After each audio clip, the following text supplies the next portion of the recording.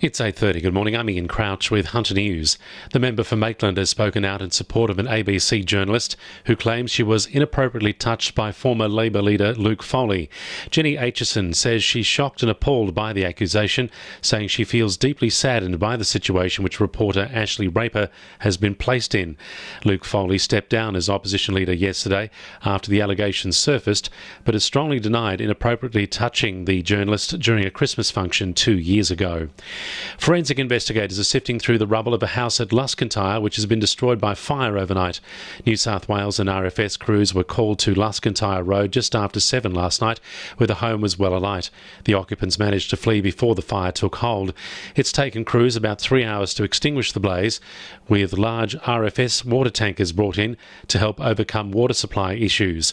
A crime scene has been set up as investigations continue into the cause of the fire. A dedicated clinical MRI scanner has been installed at the Calvary Mater Hospital, representing an Australian first. It will replace 2 CT machines, allowing for better detection of cancers and radiotherapy treatment plans.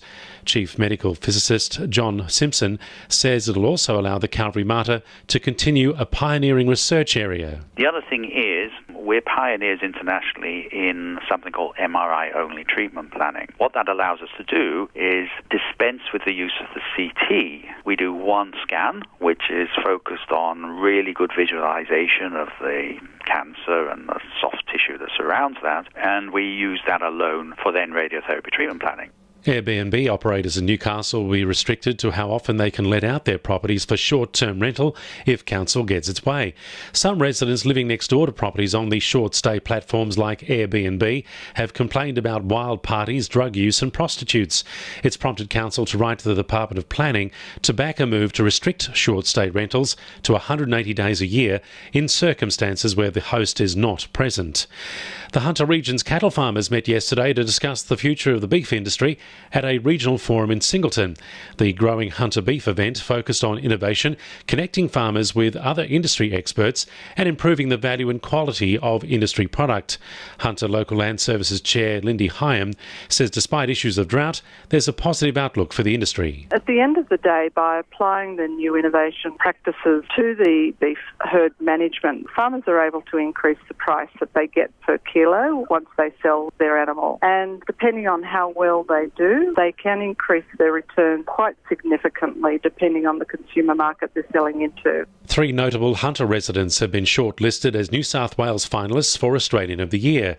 Paralympic athlete Kurt Fernley, former Newcastle Knights player Mark Hughes and Newcastle Herald journalist Joanne McCarthy are 3 of the 4 nominations from New South Wales. 2NURFM Sport. Newcastle Jets midfielder Dimi Petratos will have an opportunity to stake his claim for an Asian Cup spot this week after he was called into Graham Arnold's Socceroos train-on squad.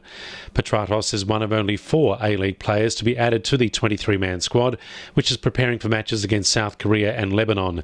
It's understood Petratos will more than likely turn out for the Jets this weekend in their match against Sydney FC. However, he will be well in contention for a spot in the national team for the game against Lebanon. The Newcastle Knights are said to have a new-look team in 2019, with 5'8" Connor Watson admitting he's keen on a permanent shift to fullback. The move comes as Kalen Ponga continues to be touted as the side's long-term pivot rather than playing in the fullback role, which almost won him a Dally M medal. The positional swap would not be a difficult one for Watson, who originally came into grade at the Roosters as a custodian before being shifted to accommodate Latrell Mitchell. And the Port Stephens Pro will get underway for its second day today after a host of Newcastle locals managed to progress through their first round encounters yesterday. Merryweather's Morgan Sibilic and Redhead's Connor Lee were among the Novocastrians who got past their first heat, with Sibilic impressing with a score of 10.60. And the winning numbers in Powerball are 29, 35, 12, 30, 17, 23 and 15, and the Powerball number is 10. 2NURFM News Time, 26 to 9.